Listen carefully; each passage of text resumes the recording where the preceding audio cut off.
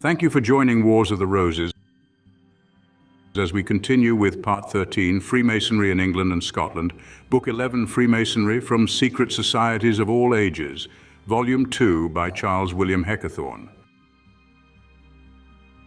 13. Freemasonry in England and Scotland. 427. Freemasonry in England. The authentic history of Freemasonry, that is, operative Masonry, in England dates from Athelstan, from whom his brother Edwin obtained a royal charter for the Masons, by which they were empowered to meet annually in a general assembly and to have the right to regulate their own order. And according to this charter, the first Grand Lodge of England met at York in 926, when all the writings and records extant in Greek, Latin, French, and other languages were collected, and constitutions and charges in conformity with ancient usages, so far as they could be gathered therefrom, were drawn up and adopted.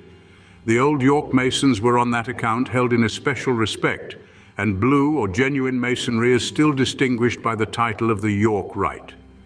After the decease of Edwin, Athelstan himself presided over the lodges, and after his death, the Masons in England were governed by Dunstan, Archbishop of Canterbury, in 960, and Edward the Confessor in 1041. Down to the present time, the Grand Masters have been persons of royal blood, sometimes the king himself. Till the beginning of the last century, as already stated, 390, they were operative Masons, and the monuments of their activity are still found all over the land in abbeys, monasteries, cathedrals, hospitals, and other buildings of note. There were indeed periods when the order was persecuted by the state, but these were neither so frequent nor so long as in other countries. 428. Freemasonry in Scotland. Tradition says that on the destruction of the Order of Templars, many of its members took refuge in Scotland, where they incorporated themselves with the Freemasons under the protection of Robert Bruce, who established the chief seat of the order at Kilwinning. There is a degree of Prince of Rose-Croix de Herodin, or Herodom, as it is called in French. This Herodin, says an old manuscript, of the ancient Scotch Rite, is a mountain situated in the northwest of Scotland, where the fugitive Knights Templars found a safe retreat, and the modern Order of Rose-Croix claims the Kingdom of Scotland and Abbey of Kilwinning as having once been its chief seat of government.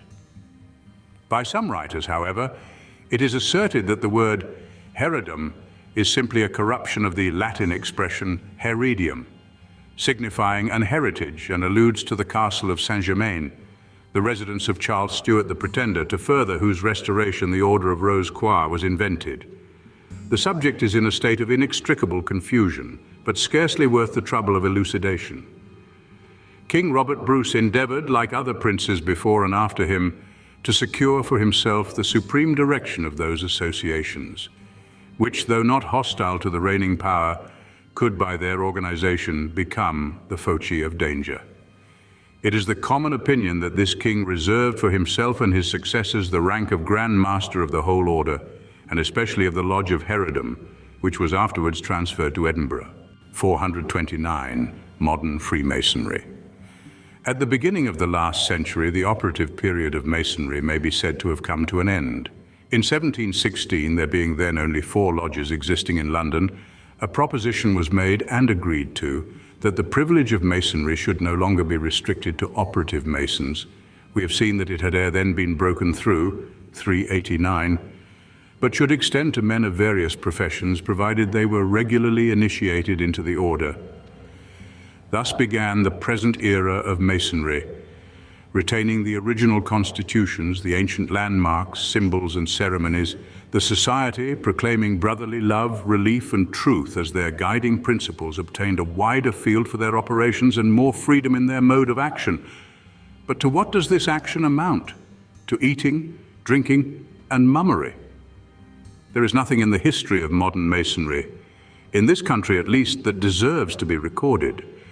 The petty squabbles between lodges and orders may help to fill Masonic newspapers, but for the world at large they have no interest.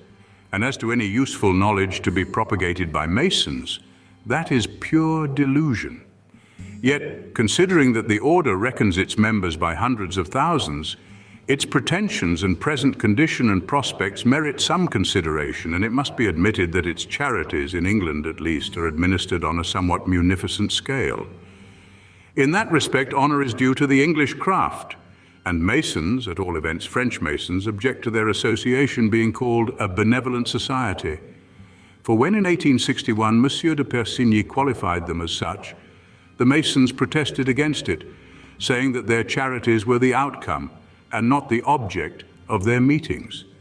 Moreover, their benevolence is not commensurate with their diffusion, and on the continent is controlled by political considerations. Thus, the Lodge Philadelphia at Verviers in 1874 declined to subscribe to the Red Cross Association because in the Spanish War their succor would be extended to Carlists as well as to the Constitutionals. Thank you for watching, and please don't forget to share, like, subscribe and comment, and if you can, please consider donating to Wars of the Roses. Links to PayPal and Patreon are in the description. Thank you so very much.